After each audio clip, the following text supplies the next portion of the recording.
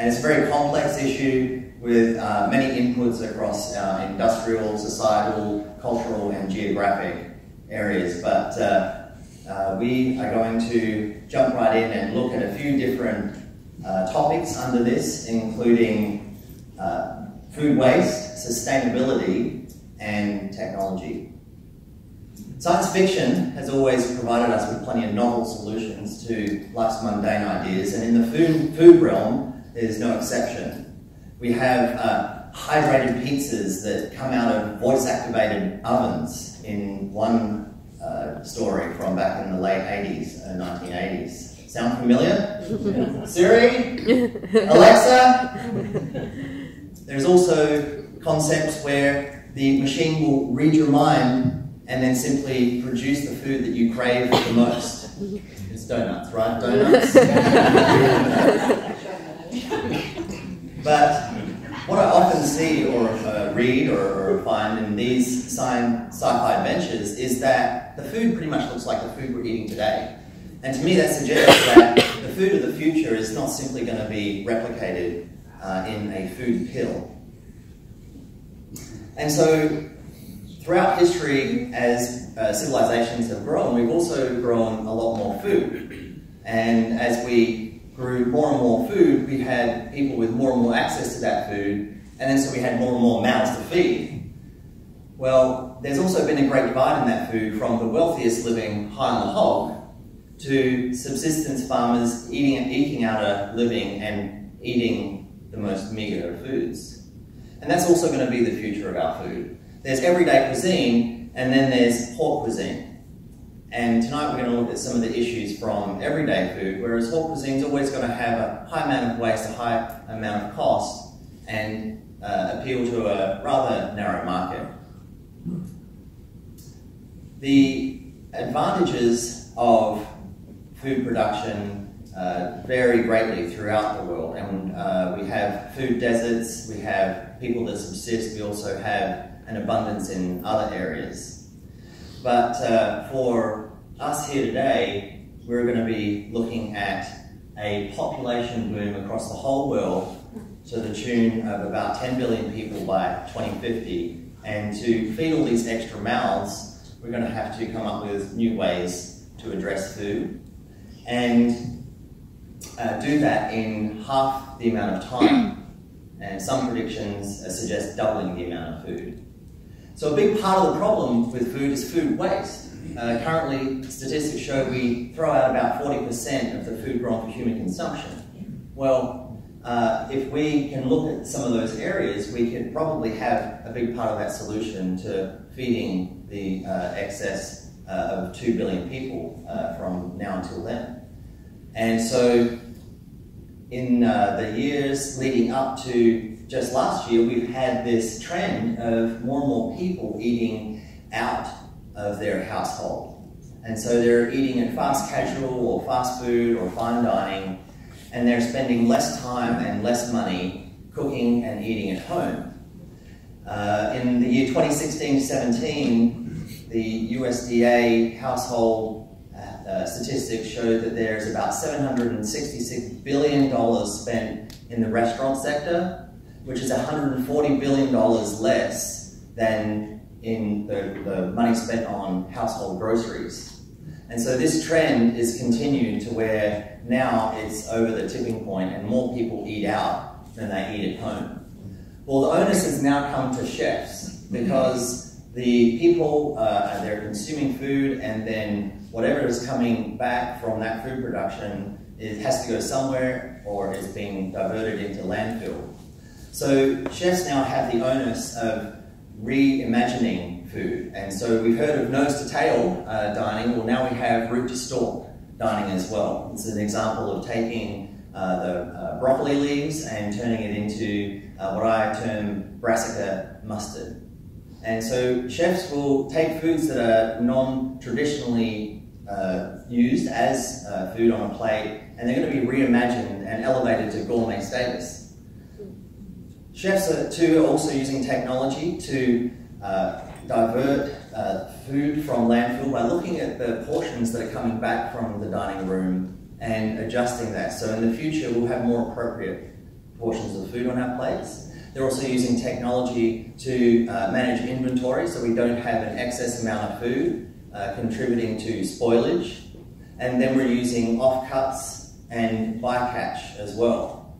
So things like fish that have not traditionally ended up on the plate from the trawling and fishing industry, bycatch has generally been ground up into meal and then used as livestock food, such as the salmon farming. And also invasive species will start to appear on our plates in the way of lionfish, periwinkles, green crab, and Asian carp, for instance. Seaweed too is going to be a boon for the food of the future, where it will be turned into reimagined products as well, much like pollock is imitation crab today. And so as the waters of the world begin to warm, fish will migrate closer to the poles and become harder to catch. We'll also have a scarcity of fish, and we won't just be eating the top four of salmon, cod, tuna, and shrimp. And so you're going to see a lot more diversity on your plate. This isn't just for small restaurants, this is for big business. One retail giant has taken initiative to observe how much food they throw out, and they've saved close to 80,000 metric tons of food in a very short amount of time, and saved their business almost $1 million. So this food waste isn't just great for the environment, it's great for your bottom line. So sustainability is not just about being great for the environment, it's also being great for the economic sustainability. And over the years, we've seen a dramatic decrease in small farms, and the farms that we do have are getting bigger and bigger. Sustainability means for food to be produced, means having a market that supports that food. And so you might say, well, even though we've got this decrease in small farms and an increase in the large farms, we still have shelves full of produce and food everywhere in our supermarkets stacked up. I'm fortunate to work on a small farm, and as such, we produce a great diversity of different products. Industrialized agriculture up to this point has basically focused on more of a monoculture. And when I'm in front of people from all different backgrounds, I see people that have one thing in common, is that we all love food. People ask me, how can I get more wholesome food into my diet? And on the surface, that seems like a pretty simple answer, just eat more fresh fruits and whole fruits and vegetables. But today's society, very busy life, we're trying to make ends meet and do all we can. Some households have both adults are working, and so I feel that in the future we're also going to have to change how we feel about the real cost of food. And so this cycle of monoculture, processed and refined foods, convenience, and declining health has many social and health costs. In the future, I see industrialized agriculture having to be nimble on its feet.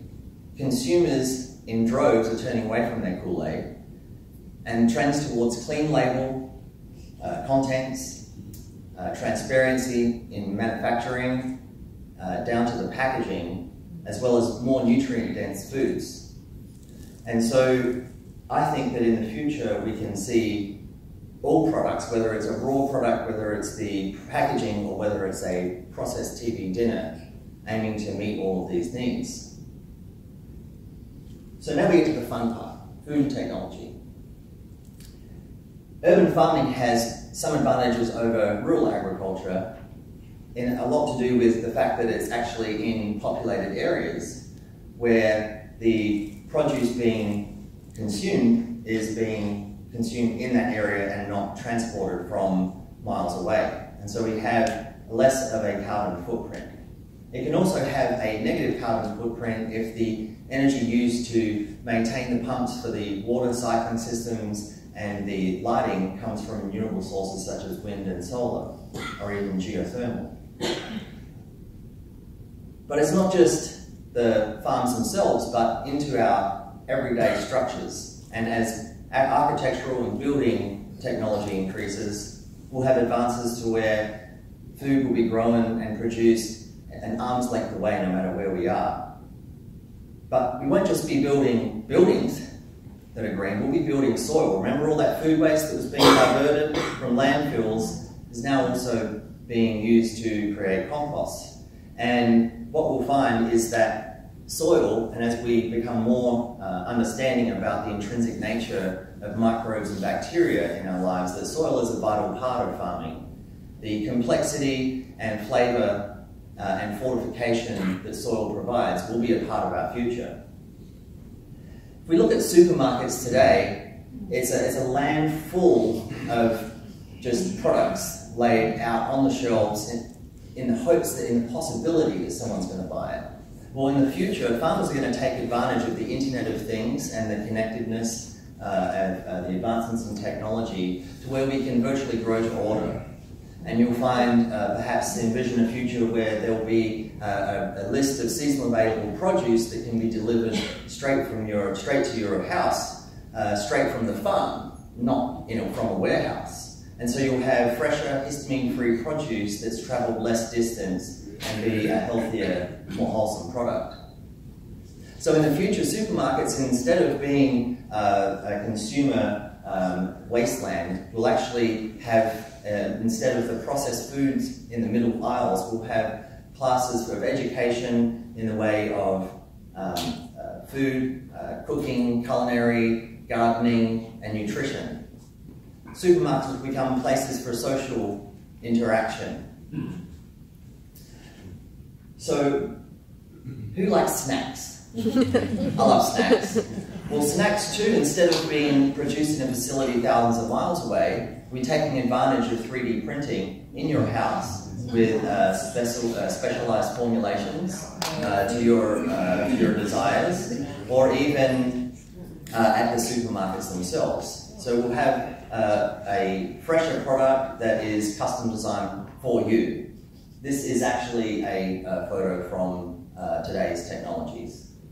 Microbes in the future will also start to play a bigger and bigger role as we learn more about the understanding of how the microbiome in and outside of our body is, and the connectedness of bacteria. And I'm not saying just sort of kimchi and yogurts, but a protein that is bacteria dense and is genetically formulated and determined by your gut, optimized for your personal profile. And finally, the packaging will also advance as nanomaterials become more and more ubiquitous. We'll have packaging that simply will dissolve from the product that is going to be consumed. We'll have nanomaterials that will indicate when a product inside is spoiled by perhaps changing colour.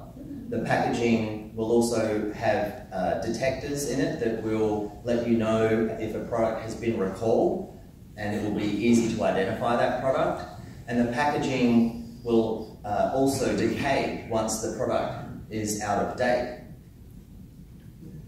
So I think one of the biggest change is what is food. I think our perception of food is going to change. And much like fashion, who's guilty of some of these fashion?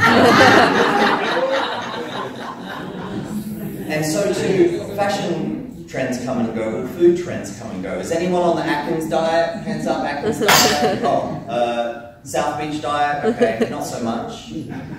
But sometimes these trends also have a kernel of truth in them.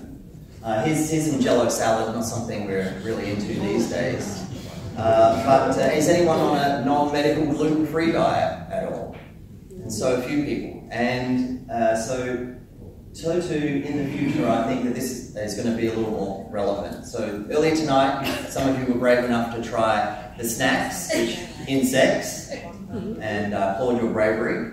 But this protein source is actually something that will become more and more relevant in the future of food. I'm not going to go into detail about it. There have been other TED Talks about this. But we can also see a shift to plant-based proteins.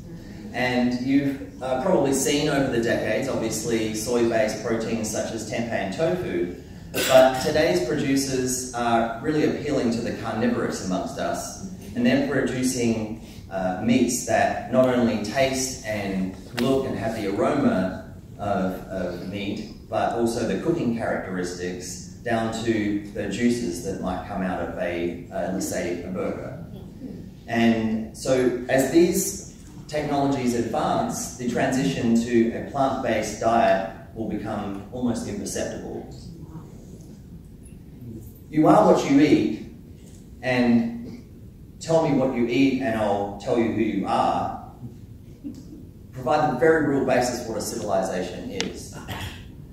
As we begin to learn the interconnected nature of all things in the world, I think that that will awaken the desire for us to feed each other again and not rely on an entity to provide for us.